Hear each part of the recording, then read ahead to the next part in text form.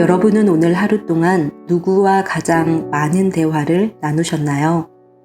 친구, 직장 동료, 부모님 또는 애인, 이렇게 많은 사람들을 떠올리고 계신가요?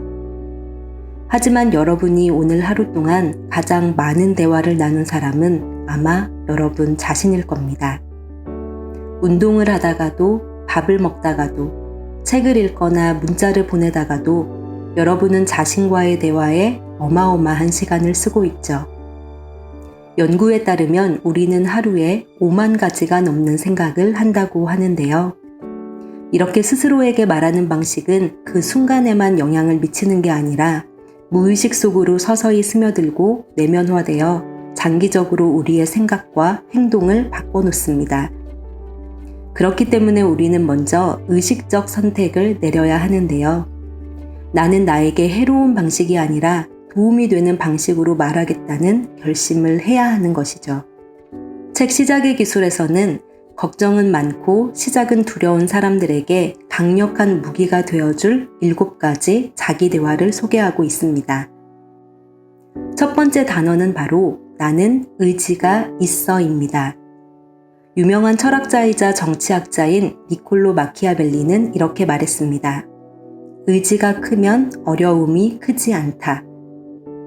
여러분은 의지가 있으신가요? 현재의 상황이 어떻든 의지를 만들어낼 마음만 있다면 그게 바로 출구가 되어 노력을 기울이고 조치를 취하고 궁극적으로는 인생의 변화와 진전을 가져오게 해줄 것입니다. 하지만 때로는 의지가 없다고 선언하는 게 의지가 있다고 선언하는 것 못지않게 강력한 힘을 발휘하기도 하는데요. 종종 더 이상 이 짓을 계속하고 싶지 않아 라고 느끼는 것은 변화의 큰 동기가 되죠. 더 이상 나는 출렁이는 내 뱃살을 볼 수 없어. 매달 통장을 스쳐가는 월급을 더 이상 두고 볼 수만은 없어와 같은 건데요. 나는 의지가 있어와 나는 그럴 의지가 없어. 이 2가지 단어는 모두 효과적입니다. 두 번째 단어는 나는 이기게 되어 있어입니다. 실제로 우리는 인생에서 늘 이기고 있다는 것을 알고 계신가요? 우리는 매일의 행동을 통해 우리가 갖고 있는 믿음이 옳다는 것을 계속해서 증명하려 하는데요. 나는 사랑받을 자격이 없어. 나는 똑똑하지 않아. 나는 예전만큼 유능하지 않아. 이런 말들이 반복돼 무의식 속에 박히게 된다면 여러분은 매번 이 말이 옳다는 것을 증명해낼 겁니다. 연애에 실패하게 되면 그래 내가 그렇지 뭐 누가 나 같은 애를 좋아해 주겠어 라고 생각한다거나 어떤 프로젝트가 실패로 돌아갔을 때 그래 난 더 이상 예전만큼 유능하지 않아 이 프로젝트는 처음부터 나한테는 무리였어 라고 생각하며 내 생각들을 계속해서 증명하려 애쓰는 거죠. 이렇게 우리는 늘 이기게 되어 있기 때문에 그저 옳은 방향을 가리키기만 하면 됩니다. 그러면 의식적으로 선택한 일에서도 이길 수 있습니다. 세 번째 단어는 나는 할 수 있어입니다. 모든 불운이 하나의 덩어리에서 출발하고 모든 사람이 거기서 같은 양을 가져가야 한다면 대부분의 사람은 불평 없이 자기 몫을 챙겨 떠날 것이다. 바로 소크라테스가 한 말인데요. 우리는 누구나 저마다의 문제를 안고 삽니다. 자, 이제 삶이 철로처럼 여러분의 앞에 펼쳐져 있다고 상상해 보세요. 왼쪽에서 오른쪽으로 끝도 보이지 않게 펼쳐져 있죠. 이 철도는 시골과 도시를 관통하고 바다를 넘고 높다른 산을 돌아 계곡으로 내달립니다. 주변이 얼마나 장대하고 마법처럼 다양하게 펼쳐지는지 한번 상상해 보세요. 이제 철도의 왼쪽 저 아래를 한번 내다볼까요? 그곳은 바로 여러분의 과거입니다. 잠시 시간을 갖고 여러분의 삶에서 가장 기억에 남는 경험을 떠올려 보세요. 그곳에는 처음으로 원하는 직장에 들어가던 날, 사랑하는 사람과 골목길을 걷던 순간, 첫 아이를 팔에 안았던 기억까지 그 무엇과도 바꿀 수 없는 소중한 기억들이 있을 겁니다.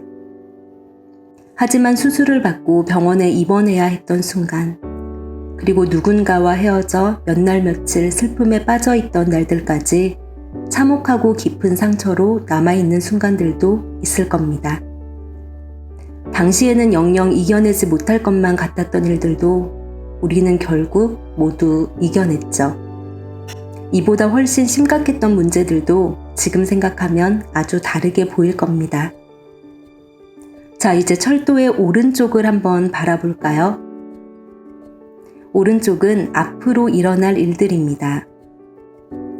그곳에는 아직 만나지 못한 사람들과의 새로운 관계, 앞으로 가보게 될 새로운 장소, 언제나 해보고 싶던 일들과 같은 장밋빛 미래뿐 아니라 시련과 고난도 있을 겁니다.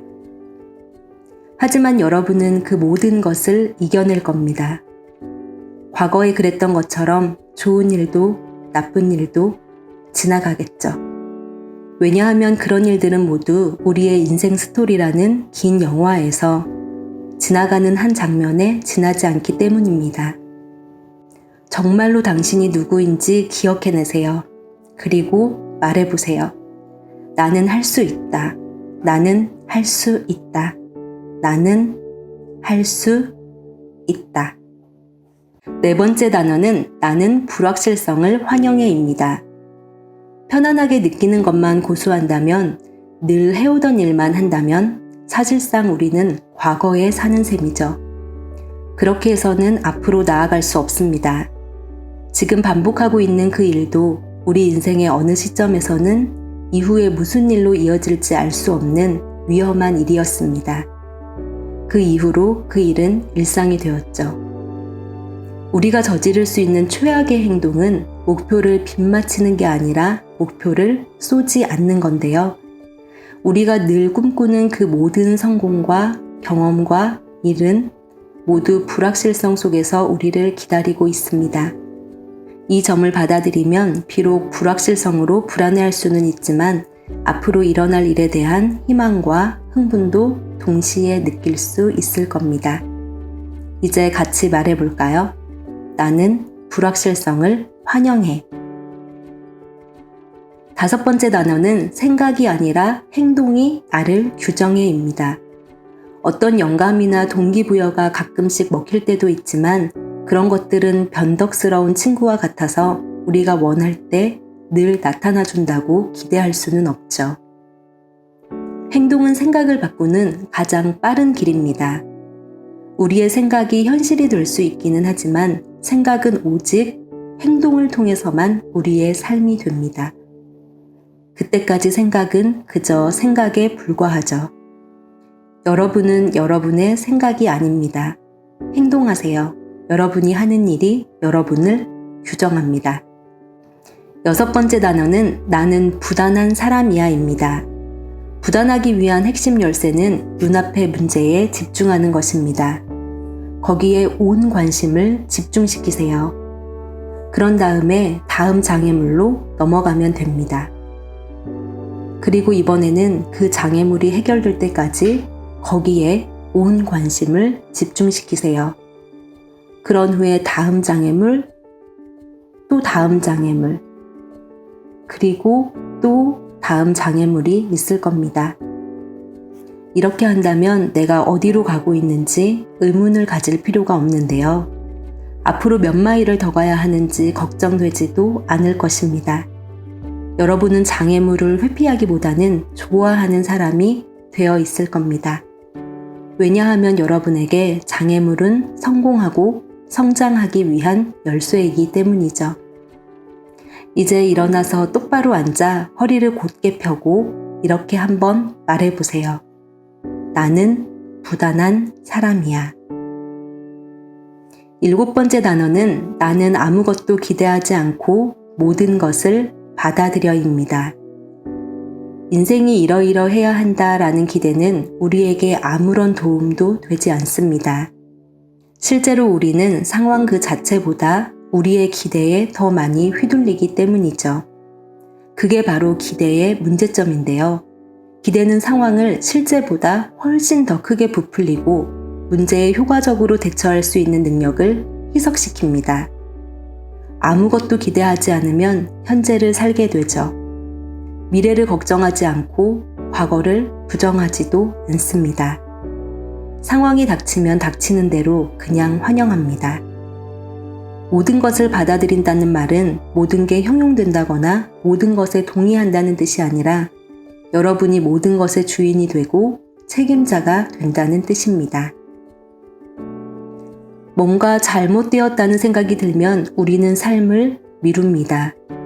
그러나 완벽한 기분이란 없습니다. 인생은 그런 식으로 작동하지 않죠. 성공한 사람들은 때가 되기를 기다리지 않습니다. 영감을 받거나 어떤 우주의 기운이 자신을 행동하게 만들기로 기다리지 않습니다. 그들은 그저 일어나서 행동합니다. 지금 이 순간도 수많은 생각들로 걱정만 하고 시작을 미루고 있다면 이 책 시작의 기술을 꼭 한번 읽어보셨으면 좋겠습니다.